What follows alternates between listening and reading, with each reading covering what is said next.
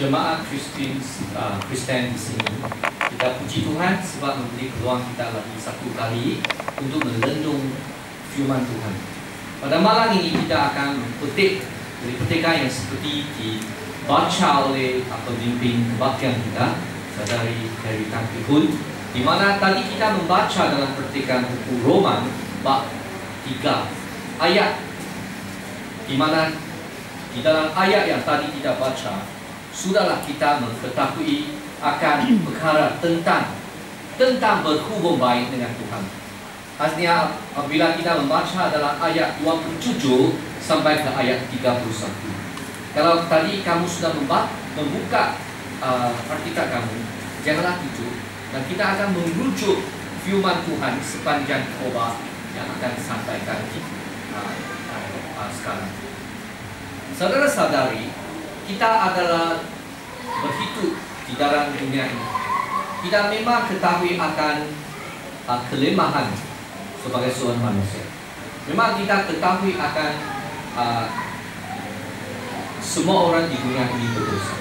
Betul, seperti yang sudah kita khotbah pada minggu yang lepas, di mana kita tidak dapat memperolehi kehidupan yang kekal, tetapi kita akan memperolehi maut sebagai upah sebab kita sudah dosa.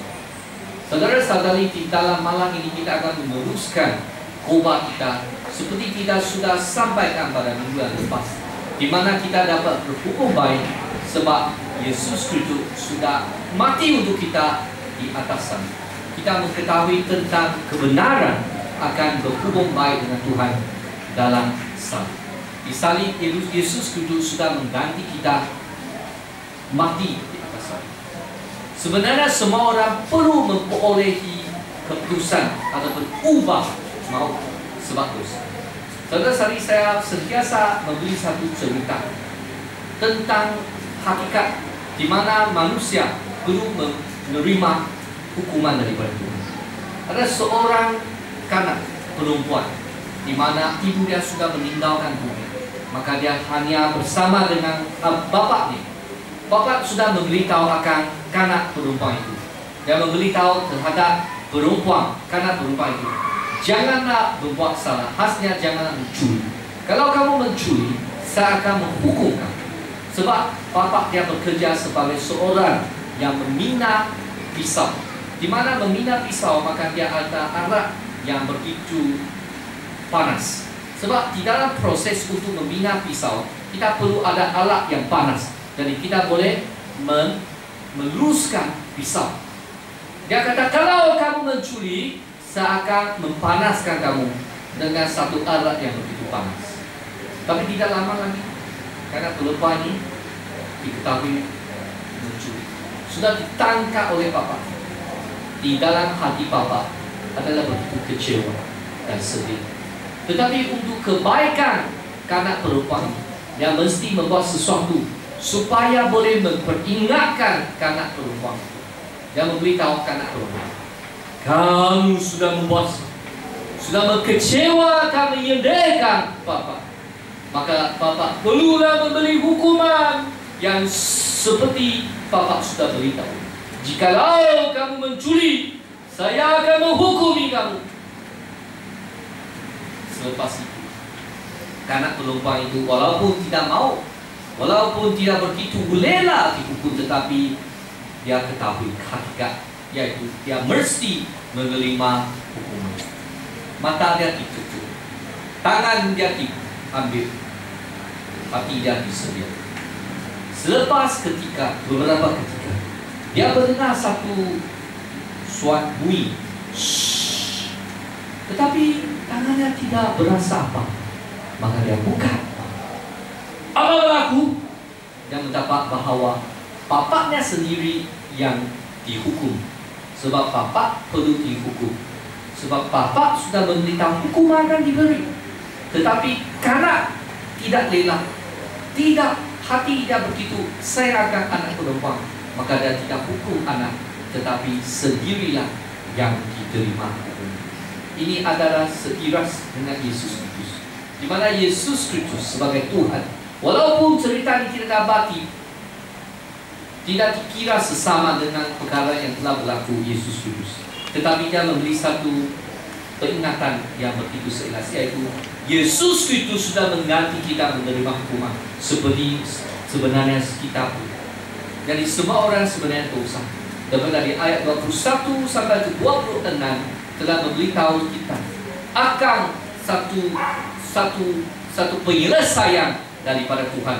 Sebab dalam bab 1 ayat 8-11 sampai bab 3 ayat 43 ayat 20, di mana memberitahu hakikat orang berdosa. Tetapi dalam ayat 21 sampai 26 bab 3 memberitahu penyelesaian ini sudah diselesaikan dalam salib. Kita dapat berhubung baik balik kepada Tuhan sebab salib. Jadi salib memperingatkan Yesus Kristus sudah mati untuk kita. Di atas salib kita lihat tiada barang di dalam salib. Sebab Yesus Kristus sudah bangkit daripada mati, memberi kehidupan yang kekal, kehidupan yang limpah kepada mereka yang benar-benar percaya Yesus Kristus. Di dalam malam ini kita akan memberi ketahui akan 3 perkara. Perkara yang pertama, yaitu dalam ayat 27 sampai 28, tentang kita boleh berhubung baik dengan Tuhan adalah iman terhadap Yesus Kristus, tetapi kecualikan kesombongan. Kita boleh diselamatkan bukan sebab akan kelakar kita, tapi akan iman kamu dalam Yesus Kristus. Iman itu tidak ada sumbangan, tetapi iman itu adalah satu media yang penting. Sebab iman kamu membolehkan kamu menerima Yesus Kristus, tetapi bukanlah kesombongan. Tidak perlu kecualikan kesombongan. Di dalam ayat ke-27 di sini beritahu, dengan demikian apakah yang dapat dibanggakan? Maka tidak ada apa boleh dibanggakan atau disombongkan. Tiada ada sama sekali adakah melalui ketaatan akan hukum Taurat. Tidak, tetapi melalui iman. Kerana kami yakin bahawa manusia diperbenar atas iman kepada Isa Al-Masih, bukan kerana dia mengamalkan apa yang diwajibkan oleh hukum Taurat. Kamu masih ingat hukum Taurat? Dulu Taurat itu diutus oleh Tuhan kepada Moses untuk memberi tahu akan Taurat Tuhan, di mana apa yang perlu kita buat, apa yang tidak perlu, apa yang perlu kita patuhi. Tetapi seluruh dunia sudah diberitahu dia dapat membuat sesuatu baik untuk mendapat kesukaan daripada Tuhan. Maka tiada orang diselamatkan sebab kita membuat baik, tetapi tidak diselamatkan oleh iman. Tapi kita penting untuk kita definisikan apa maksudnya iman. Iman di dalam seluruh Alkitab memberitahu. Iman dalam Yesus Kristus maksudnya kita ada pengetahuan tentang Yesus Kristus. Hati kita buatkan kita mengharapkan Tuhan Yesus Kristus. Bukan sengaja otak, tetapi dari segi emosi dan juga dari segi keputusan yang begitu teguh. Apabila kita kata iman, itu bukanlah keyakinan sendiri. Banyak orang kata, ada iman, dia maksudnya ada keyakinan sendiri.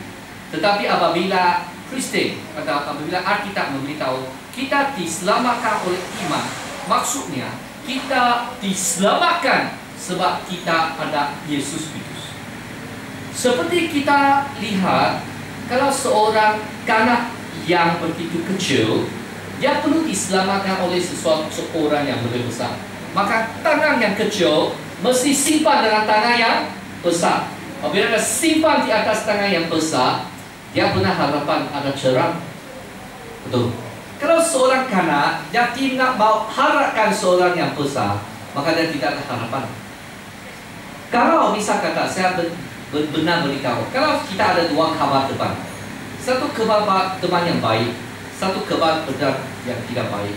Dia banyak tidak ada minyak cukup. Dia punya iklan tu sini sana. Dia punya seluruh kabar teman tu sini sana. Ini macam. Dan satu lagi dia punya kabar teman sangat baik, dia iklan cantik, dia padang bagus, mana yang kamu hendak guna? Hah? Kapal terbang yang cantik. Inilah iman. Iman kita mesti ada pengetahuan akan kebenaran. Seperti kita ketahui, Yesus Kristus adalah satu-satu jalan kita pergi ke surga. Adalah satu-satu jalan kita boleh berhubung baik balik dengan pencipta kita. Sentiasa saya tanya seorang kepada sendiri, apakah tujuan hidup saya? Siapakah menciptakan saya? Manakah saya akan pergi apabila saya mati? Dalam Alkitab diberitahu, saya akan diselamatkan sebab Yesus Kristus sudah mati untuk saya. Saya datang dari penciptaan Tuhan. Saya akan hidup di dunia ini dengan menyeronokkan darah Kristus, dengan hidup, dengan memuliakan Tuhan. Maksudnya darah Kristus, hidup saya menjadi makna. Saudara-saudari, biarlah kita ketahui, kalau kita boleh berhubung baik dengan Tuhan, kalau kita kata kita boleh pergi ke surga, kita dilahirkan lagi oleh Roh Kudus. Semua ini disebabkan oleh Tuhan dan juga sebab kamu ada iman terhadap Yesus Kristus. Dia ada kebanggaan, dia ada kesombongan. Semua adalah sumbangan dari Tuhan. Semua ini adalah berkat Tuhan. Semualah dari rahmat Tuhan. Amin. Perkara yang kedua kita perlu peringatkan, yaitu perkara kedua dalam ayat yang seterusnya, di mana kita ketahui bahawa kita boleh berbaik, hubung baik dengan Tuhan. Semua ini adalah iman, dan ini adalah untuk semua orang. Tidak dikira apa bangsa kamu, tidak dikira apa negara kamu, tidak dikira apa cantina kamu, tidak dikira apakah taraf pendidikan kamu, tidak dikira apa jenis pekerjaan kamu, tidak dikira berapa yang kamu perolehi dalam duran ataupun dalam salary kamu. Salary maksudnya kita punya pendapat. Tiada kira di mana kamu tempat. Tiada kira apakah baju kamu pakai. Tiada kira apakah seluar kamu guna, apakah kasut yang kamu guna. Semua itu semua. Marilah kita membaca dalam ayat 29 dan 30. Atau adakah Allah itu Tuhan orang Yahudi saja? Pasti tidak. Ya Tuhan bangsa-bangsa lain juga. Allah itu Isa. Dia memperkenalkan orang yang bersunat melalui iman mereka. Demikian juga dia memperkenalkan orang yang tidak bersunat melalui iman mereka.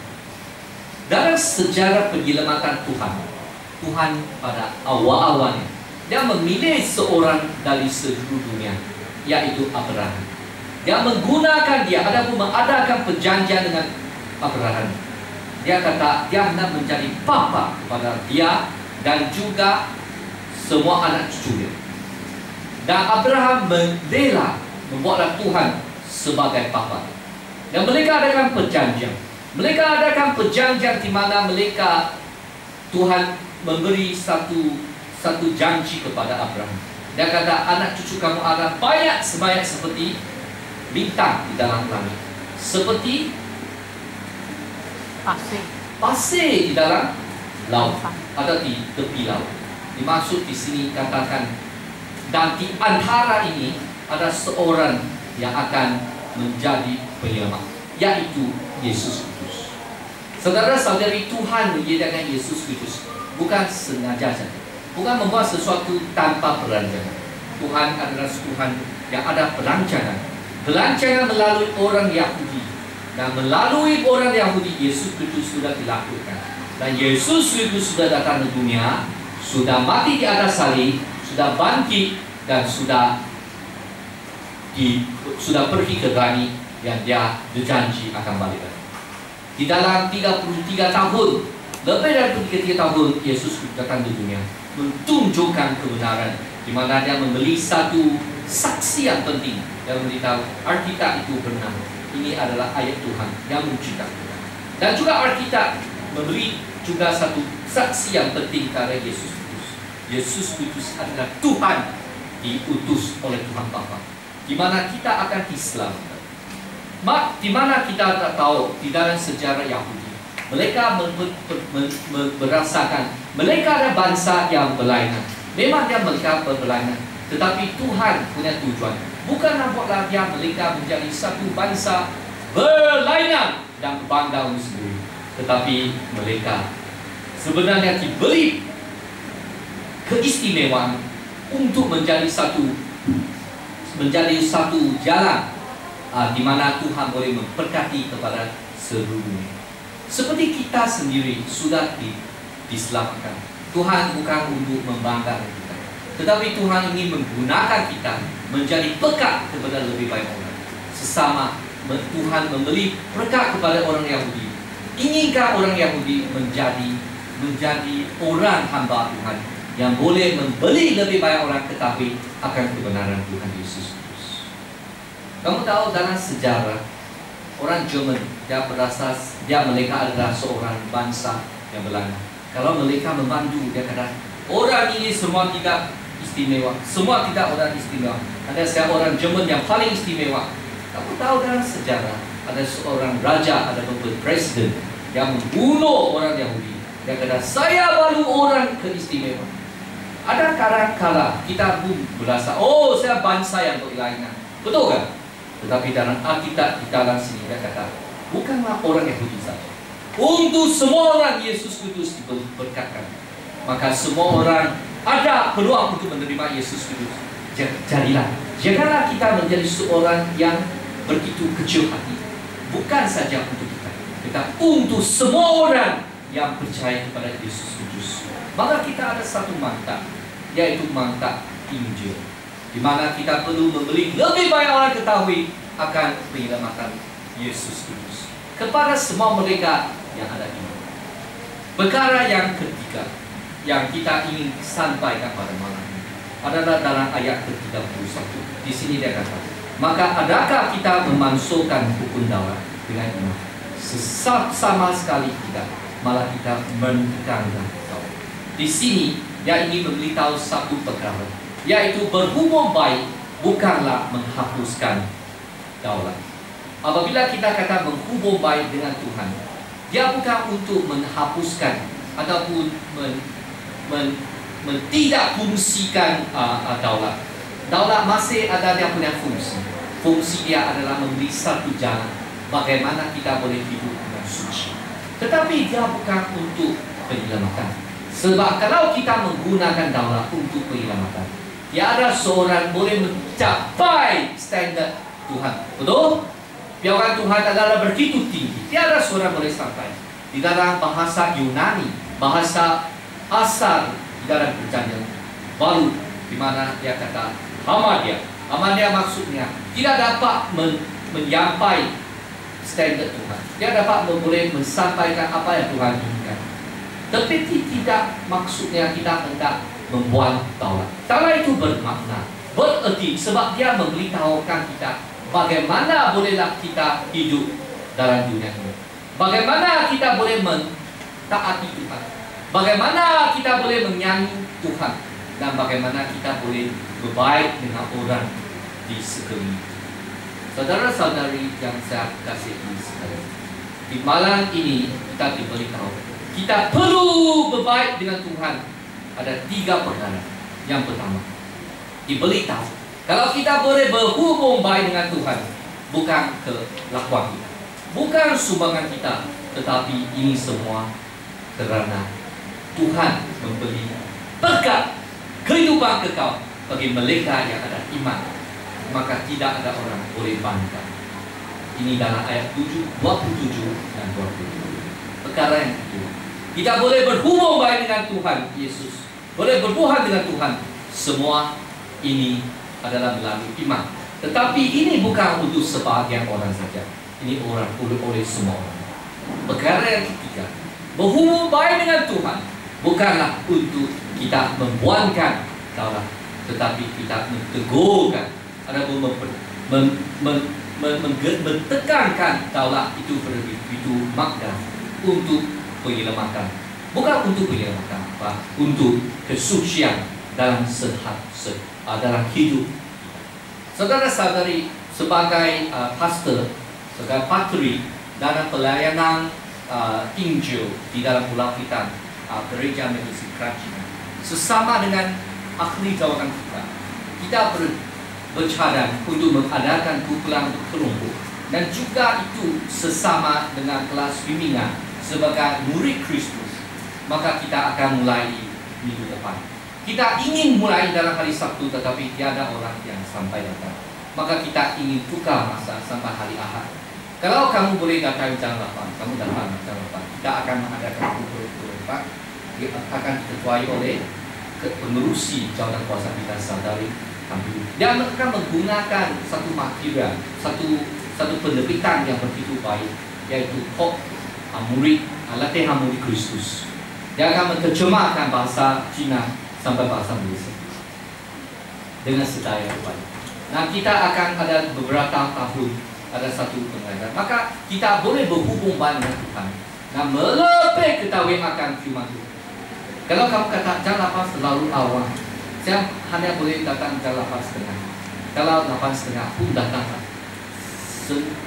Kalau kamu ada masa, kamu datang awal. Dan jam 9 kita akan memulai kebaktian di sini. Apabila kita memulai kebaktian jam 9, jemaat bahasa Cina, mereka akan pergi ke kelas di sebelah. Mereka akan juga menggunakan penerbitan latihan murid Kristus untuk mengadakan kumpulan berkomunikasi. Maka jemaat dalam guna bahasa Malaysia dan juga guna bahasa Cina boleh menerima pengajaran, boleh menerima latihan sebagai seorang yang berhubung baik dengan Tuhan, dan bolehlah kita amalkan dalam seharian. Apa yang Tuhan inginkan kita buat, apa yang Tuhan inginkan kita ketahui, apa yang Tuhan inginkan kita rasai, kita ada peluang untuk rasai. Marilah kita berdoa. Tuhan Bapa di surga, kita puji kepada Tuhan sebab di dalam hari ini, dalam pertekan di dalam beberapa ayat di sini, kita diperingatkan bahawa kita diselamatkan bukan kebanggaan sendiri, bukan sebab kita sudah membahui semua orang, tetapi sebab berkat Tuhan, di mana kita diterima sebab kita ada Yesus Kristus dan kita ada iman.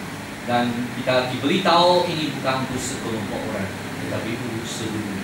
Dan Tuhan, kita ketahui walaupun sedemikian Taurat itu bukan dihapuskan, tetapi masih ditekatkan untuk kesucian sehari-harian sebagai murid Kristus.